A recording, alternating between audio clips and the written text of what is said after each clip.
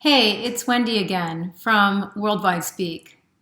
And in this video, I'd like to give you a little workshop on giving specific examples.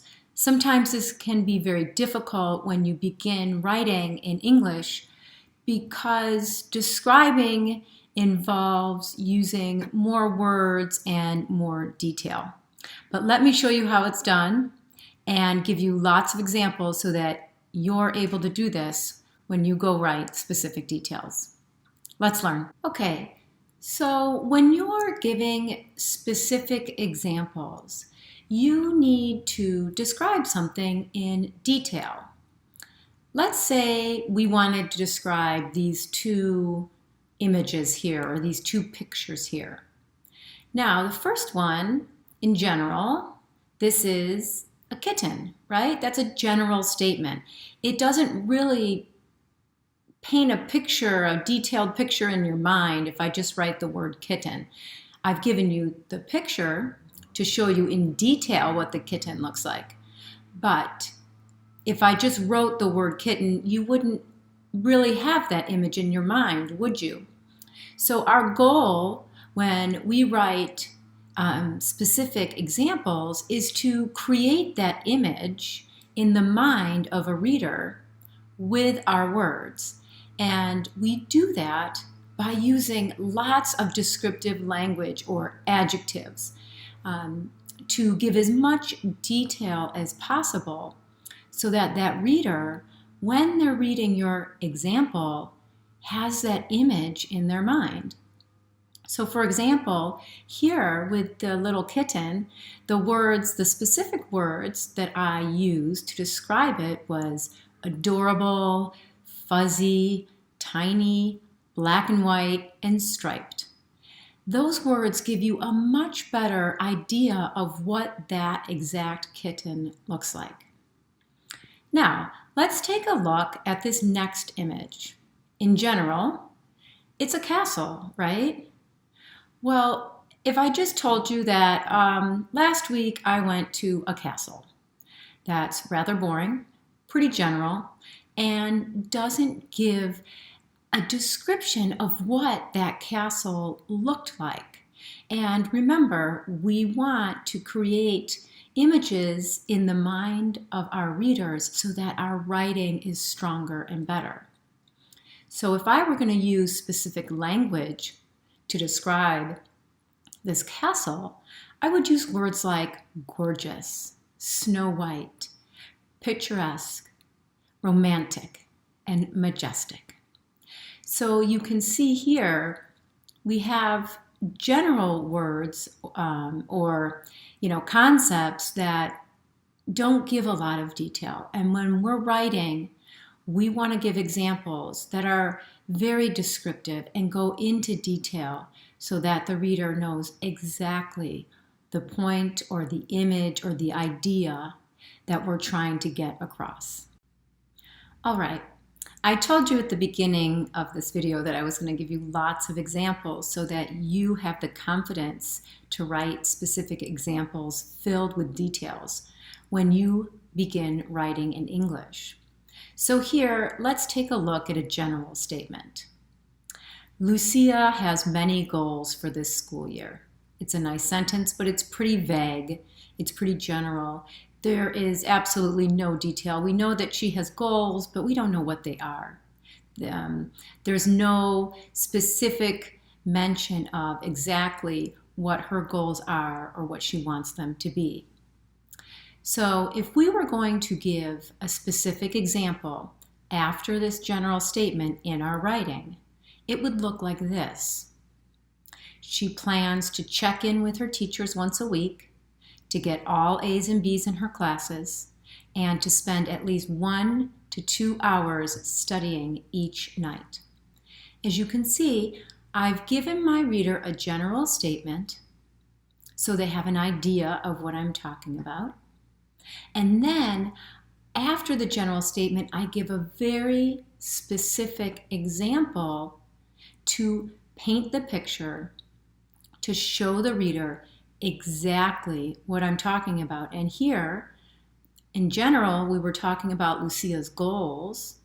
And then the specific example of her goals are the 3 things that she had planned to do for the semester, her 3 goals for the semester. All right, let's do another example. The general statement is, there are many things to do to train for a marathon. It's general. I'm talking about training for a marathon, but I haven't given you any specific information about how you train for a marathon. So the next sentence I would write to show specific examples of how to train for a marathon would look like this. It is important to find a specific training plan that matches your ability and your schedule, to eat healthy, protein-rich food, and to get plenty of quality sleep.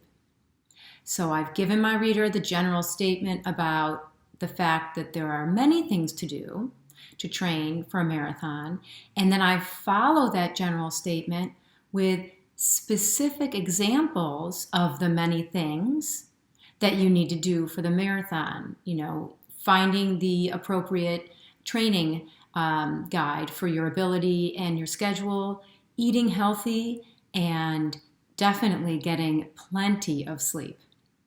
So that gives the reader that specific information about how to train for a marathon. So now, instead of just thinking about a marathon, the reader is actually thinking about those 3 important things that runners need to do when they're training. They have a much better idea of what that training looks like.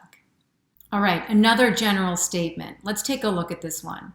I have the transition word first included in this. So this would be probably like a series of reasons within a paragraph that are backed up with specific example. So maybe I'm describing why my dog is the best dog ever, which she is.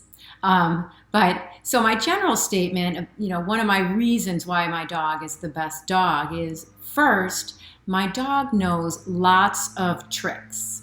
Now, if I were going to give a specific example, I'd need to show you there's my dog right now, what one of those tricks looks like so that the reader can really see what my dog can do and gets that image in their mind. An example would look something like this. For example, when I snap my fingers 2 times, she knows to roll over and then pretend she's asleep. So I've told you in general that my dog knows a lot of tricks, and then I follow it up with a specific example describing in detail one of those tricks. All right, let's do another one. Here our general statement, we're giving another reason why my dog is so wonderful. And I say, second, my dog is quite intelligent. So that's, again, it's general. My dog is intelligent. Now, my job as the writer is to show you, the reader, a specific example that paints a picture in your mind that's totally detailed, that shows why my dog is intelligent. What would this look like? Well, the specific example that I gave was, for instance, she learned how to turn the metal handle on our back door in order to let herself out into the yard. That's pretty specific, right? And I made sure to, I used the word metal to describe the door handle, and I said it was our back door as opposed to our front door. So when you're giving these specific examples, make sure you include as much detail and descriptive words so that that picture is so clear in the mind of your reader. All right, last one.